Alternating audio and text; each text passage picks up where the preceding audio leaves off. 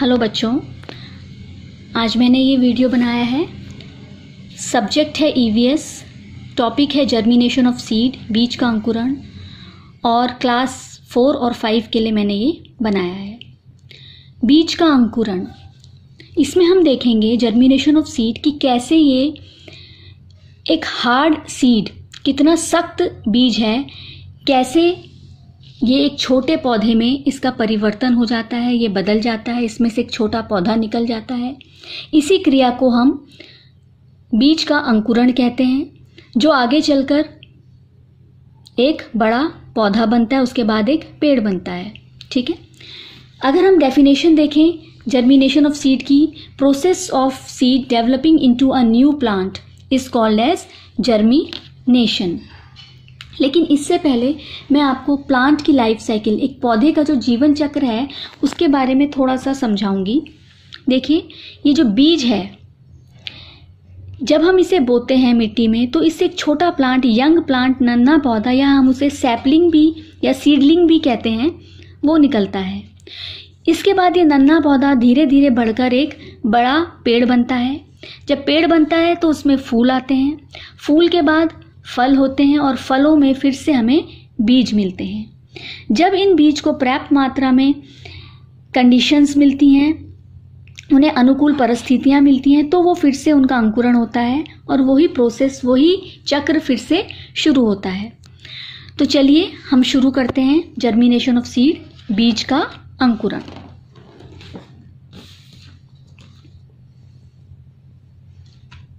देखो बच्चों, ये डायग्राम मैंने आपके लिए बनाया है, जिसमें मैं आपको समझाने की कोशिश करूंगी कि कैसे स्टेप बाय स्टेप एक बीज से नन्हा पौधा बनता है, और उसके बाद आगे की प्रक्रिया चलती है और वो एक बड़ा पेड़ बनता है।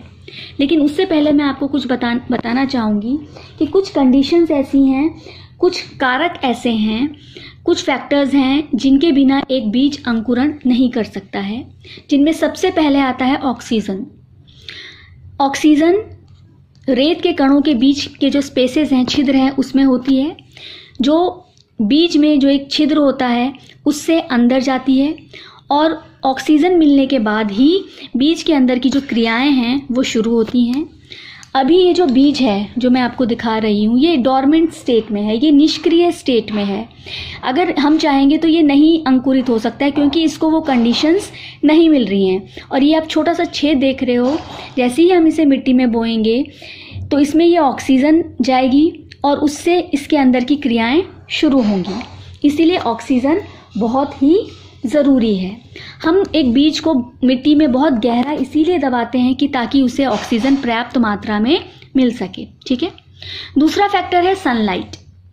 सनलाइट के बिना बीज का अंकुरण होना बहुत मुश्किल है। कुछ बीज बिना सूर्य की रोशनी के नहीं अंकुरित होते हैं। तीसरा फैक्टर है तापमान। किसी भी बीज को अंकुरित होने के लिए 25 से 30 डिग्री सेंटीग्रेड के तापमान की ज़रूरत पड़ती है। कुछ बीज इससे कम टेम्परेचर या तापमान में भी अंकुरित हो जाते हैं। और सबसे इम्पॉर्टेंट फैक्टर जो है वो है जल, यानी कि पानी। सबसे इम्पॉर्टेंट, सबसे महत्वपूर्ण भूमिका पानी की ही होती है, क्योंकि ये बीज हम देख रहे हैं, इसका बाहरी आवरण आप देखो कितना सख्त है। एक नन्हा पौधा जो इसके अंदर है वो कैसे बाहर निकलेगा? जब तक कि हम इसे पानी में नहीं भिगोएंगे, इसे पानी नहीं मिलेगा। ठीक है, इसका ये बाहरी आवरण, जिसे हम बीज चोल कहते हैं, वो मुलायम नहीं होगा, और उससे एम्ब्रियो बाहर नहीं निकलेगा। इससे प्रोसेस को समझाने से पहले मैं आपको थोड़ा सा कुछ दिखाना चाहूँगी। देखिए, ये 2-3 दिन पहले मैंने ये राजमा के जो दाने होते हैं, इन्हें गीली कॉटन में, गीले रुई में इन्हें रखा था, और आज मुझे इसमें से ये अंकुरण मिले हैं।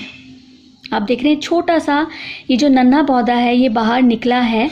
ठीक है, और ये जो अंदर का सख्त हिस्सा था, जिसे हम कॉटिलिडन्स या बीज पत्र कहते हैं, ये अब कितना मुलायम हो गया है।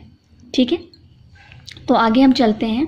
जैसे ही बीज को अपने अंकुरण के लिए सही कंडीशंस मिल जाएगी, ठीक है, कारक मिल जाएंगे, तो उसके बाद ये बीज का जो बाहरी सीड कोट है, बीज चोल है, ये मुलायम होगा, और ये इस तरह से बीज खुल जाएगा, जिसमें 2 हिस्से हैं, ये हमें दिख रहे हैं। सफ़ेद वाला जो हमें पार्ट दिख रहा है ये है कॉटिलिडन्स यानी कि बीज पत्र, ठीक है। और इसके अंदर एक छोटा सा आप देखिए ये एम्ब्रियो है, ये भ्रूण है जो आगे जाकर जो है छोटे नन्हे पौधे में बदलेगा, ठीक है। तो शुरू करते हैं। ये जो कॉटिलिडन्स है बच्चों, ये जैसे ही बीज को पानी मिलेगा, ये सीड हमारा जो बीज है वो सॉफ्ट होगा, मुलायम होगा।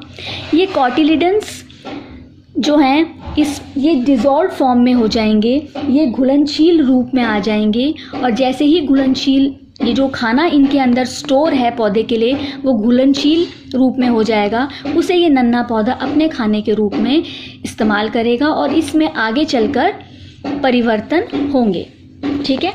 तो चलो शुरू करते हैं।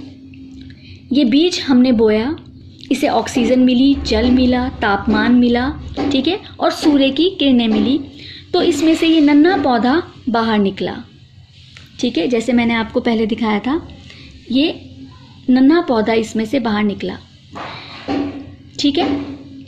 आगे चलकर ये नन्हा पौधा 2 भाग में बदलेगा, एक ऊपर का नुकीला भाग और एक जो नीचे की तरफ जा रहा है वो भाग। जो ऊपर का जो ये नुकीला भाग है इसे हम प्रांकुर कहेंगे या प्लूम्यूल, जो आगे चलकर तने में बदलेगा। तने के बाद शाखाएं आएंगी, उसमें पत्तियां आएंगी, फूल आएंगे, फल आएंगे, ठीक है, और फिर एक बड़ा पेड़ बनेगा।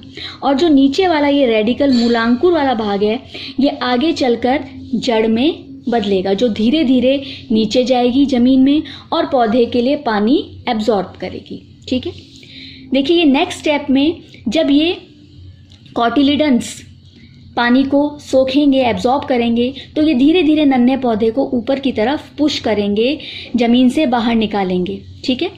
जो ये प्लूम्यूल वाला पार्ट है, प्रांकुर वाला पार्ट है, ये ऊपर की तरफ कॉटिलिडन्स उसे जो बीज पत्र हैं उसे पुश करेंगे और ये ऊपर की तरफ बढ़ेगा और धीरे धीरे हमारा नन्हा पौधा बाहर आएगा। इस तरह से ये कॉटिलिडन्स है, बीज पत्र हैं और ये नन्हा पौधा बाहर निकल रहा है और जड़ अपना काम कर रही हैं जो धीरे धीरे नीचे बढ़ रही हैं, ठीक है। जैसे ही ये पौधा बड़ा होगा इसमें पत्तियां आएंगी, हरी पत्तियां आएंगी, वो खुद से अपना खाना बनाना शुरू करेंगी प्रकाश संश्लेषण की क्रिया से, फोटोसिंथेसिस की क्रिया से, और तब कॉटिलिडन्स की कोई ज़रूरत पौधे को नहीं रहेगी, बीज पत्र की कोई ज़रूरत नहीं रहेगी और ये खुद ही अपने आप ही सूख जाएगा, ख़त्म हो जाएगा। और धीरे धीरे पौधे में तना, उसमें पत्तियां आएंगी, उसमें आगे चल के शाखाएँ आएंगी, फल आएंगी, फूल आएंगे और उसके बाद बीज हमें मिलेंगे। और इसी तरह से एक पौधे की लाइफ साइकिल जो है, पौधे का जीवन चक्र चलता रहेगा। तो ठीक है, आपको समझ आया कि कैसे बीज का अंकुरण होता है